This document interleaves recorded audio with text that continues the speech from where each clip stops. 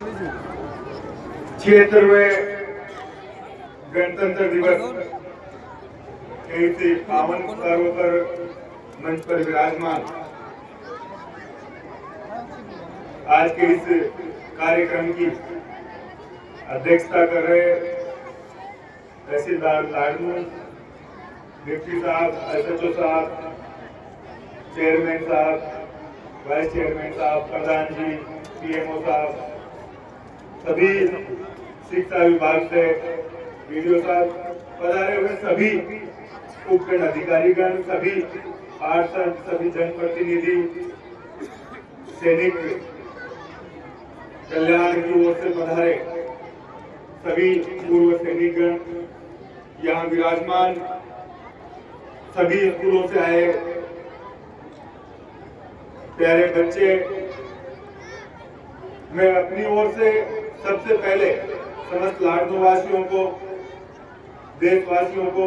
इस गणतंत्र दिवस की हार्दिक शुभकामनाएं प्रेषित करना चाहता हूं, बधाई आप सबको देना चाहता हूं। आज इस देश को आजाद होने के बाद जो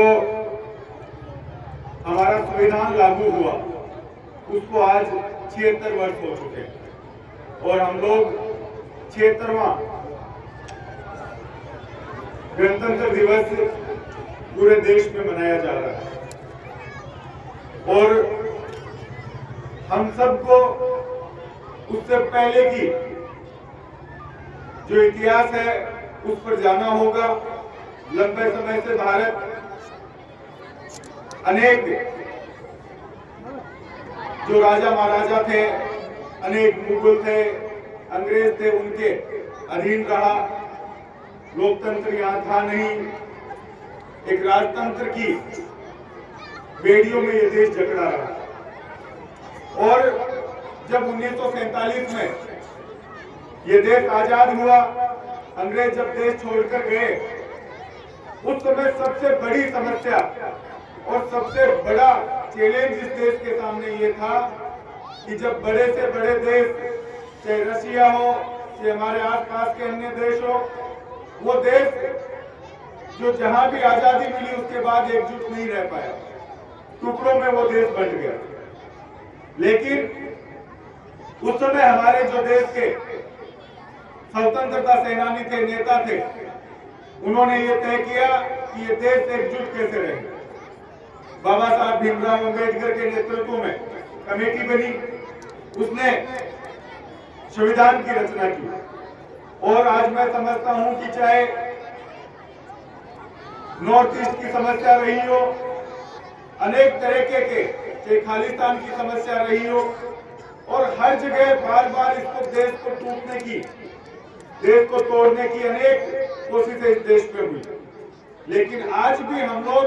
इस देश को अखंड रख पाए हैं। इस देश को जहां एक सुई तक नहीं बनती थी, उस देश को विकसित देशों की श्रेणी में ला पाए। तो मैं समझता हूं कि ये संविधान अगर नहीं होता तो ये देश आज यहाँ नहीं होता। और आज भी क्यों 76 वर्ष बाद में संविधान पर, बाबा साहब अम्बेडकर पर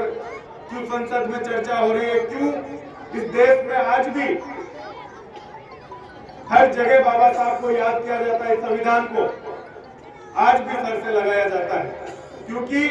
ये वो किताब नहीं है, ये इस देश को एकजुट रखने वाली, इस देश के लोगों की भावनाओं को उसमें समेटे हुए और हर वर्ग को, चाहे गरीब हो, चाहे अमीर हो, किसी भी धर्म का हो, किसी भी जाति का हो, उन सबको एक समान अधिकार इस संविधान ने दिया है। तो मैं समझता हूं कि इससे बड़ा ग्रंथ कोई इस देश में हो नहीं सकता था जो इस देश को एकजुट रख पाया, इस देश को यहाँ तक अमीरी गरीबी